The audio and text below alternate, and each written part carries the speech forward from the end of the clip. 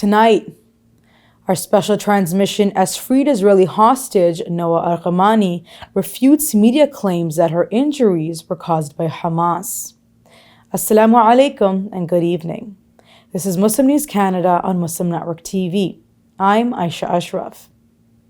Today is the 326th day since the onset of Israel's war.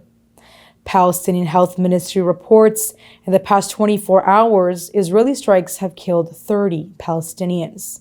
66 have been injured. An airstrike has struck eastern Deir al-Balah, killing 2 Palestinians.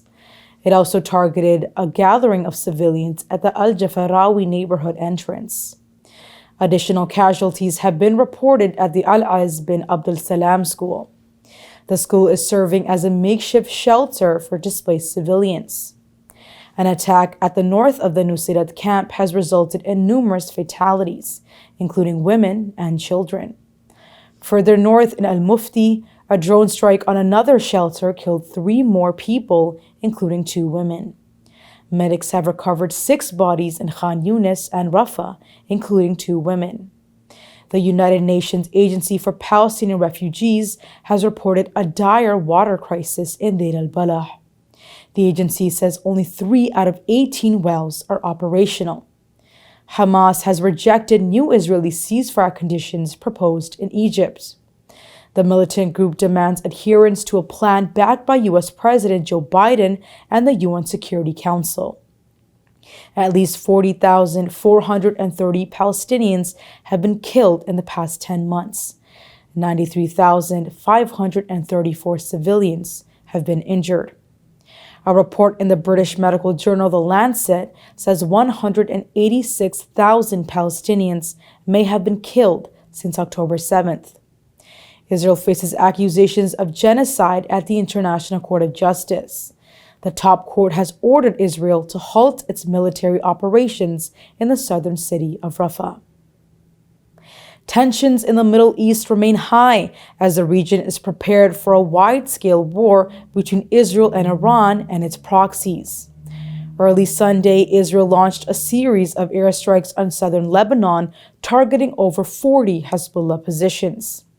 Israel says the attack was a preemptive move meant to thwart an imminent attack. This came just before Hezbollah retaliated with more than 320 rockets and drones aimed at Israeli military bases. Hezbollah declares the move as the first phase of its response to the recent killing of top commander Fuad Shukr. In response, Israeli jets bombed 100 various targets inside Lebanon. The Israeli strikes resulted in at least 3 Lebanese casualties and caused significant disruption. Ben Gurion Airport was temporarily closed. Hezbollah's barrage led to increased tensions in northern Israel. Both sides have claimed completion of their operations, but Israeli strikes continue in southern Lebanon. Hezbollah leader Hassan Nasrallah claims that they are aiming at preventing broader regional conflict while at the same time punishing Israel. Nasrallah made the speech after heavy military exchanges between the group and Israel. He says the group did not want to escalate tensions further. Nasrallah says the recent attack specifically targeted the Glilot base. The base is an Israeli intelligence facility. The attack marks a shift from previous, less impactful strikes. The Hezbollah leader says the strike was delayed to align with ongoing Gaza ceasefire talks and strategic planning within the axis of resistance. He challenges Israeli claims of preemptive strikes. Nasrallah says Hezbollah's operation was both effective and precise. He claims the attack did not target civilian areas and infrastructure, focusing solely on military targets. The Palestinian resistance organization Hamas has urged Arab and Muslim countries to condemn Israeli forces for burning copies of the Quran at a mosque in Gaza. The militant group has denounced these attacks as evidence of extremist and hateful behavior by Israeli troops. The news comes after footage released by Al Jazeera Arabic shows Israeli soldiers desecrating the Quran and bombing the historic Grand Mosque in Khan Yunis. Since October 7th, Israel has reportedly destroyed 610 mosques and 3 churches in Gaza. Hamas is calling on the international community to defend holy sites and end the war. The Council on American-Islamic Relations has urged U.S. President Joe Biden to denounce these actions and halt arms transfers to Israel. Despite ongoing attacks, Palestinian worshippers continue their prayers in the ruins of destroyed mosques. Freed Israeli hostage Noa Argamani has refuted media reports that her injuries were caused by Hamas during her captivity.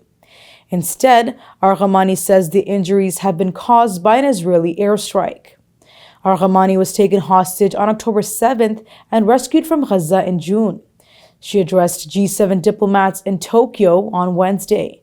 During her address, she also clarified other misleading reports in the media. She says she was not beaten or had her hair shaved by her captors. She says she was injured when a wall collapsed due to an Israeli airstrike during her rescue. 2 days later, in an Instagram post, Argamani condemned the Israeli media for misquoting her. The Free Palestinian movement's Uncommitted and Abandon Harris have taken distinct paths in their response to Democrats' strategy to address Palestinian issues. Uncommitted campaign was initially a protest vote against Joe Biden. It now aligns with the Democratic Party despite presidential candidate Kamala Harris expressing support for Israel. The campaign advocates for an arms embargo but maintains ties with the Democrats, focusing on internal reform. In contrast, Abandon Harris seeks to punish the Democratic Party by urging voters to turn away from Kamala Harris and the party entirely. It aims to build a new political alternative. The strategy involves rejecting the two-party system and supporting third-party candidates. U.S. National Security Advisor Jake Sullivan has urged Canada to accelerate its military spending to meet NATO's target. The NATO target is 2% of GDP. The U.S. is urging Canada to meet this target as rapidly as humanly possible. Sullivan's comments come during his visit to Nova Scotia. Sullivan says the U.S. is pushing for all NATO members to comply with this benchmark. Canada plans to reach this goal by the year 2032. Sullivan, however, is stressing for urgency. He says the number of NATO countries meeting the target has increased significantly under President Biden, from 9 to 23. Canada is facing pressure to enhance its defense spending amid growing global security concerns. Prime Minister Trudeau has committed to the target. However, a detailed plan is still pending. The U.S. suggests a unified approach on related issues, including introducing tariffs on Chinese electric vehicles. Thank you for watching. Our news is produced by Muslim Network TV, which is a nonprofit organization. We need your support for donations. Please scan the QR code on our broadcast or visit muslimnetwork.tv to donate now, so we can continue to amplify the voices of Muslims in Canada and abroad.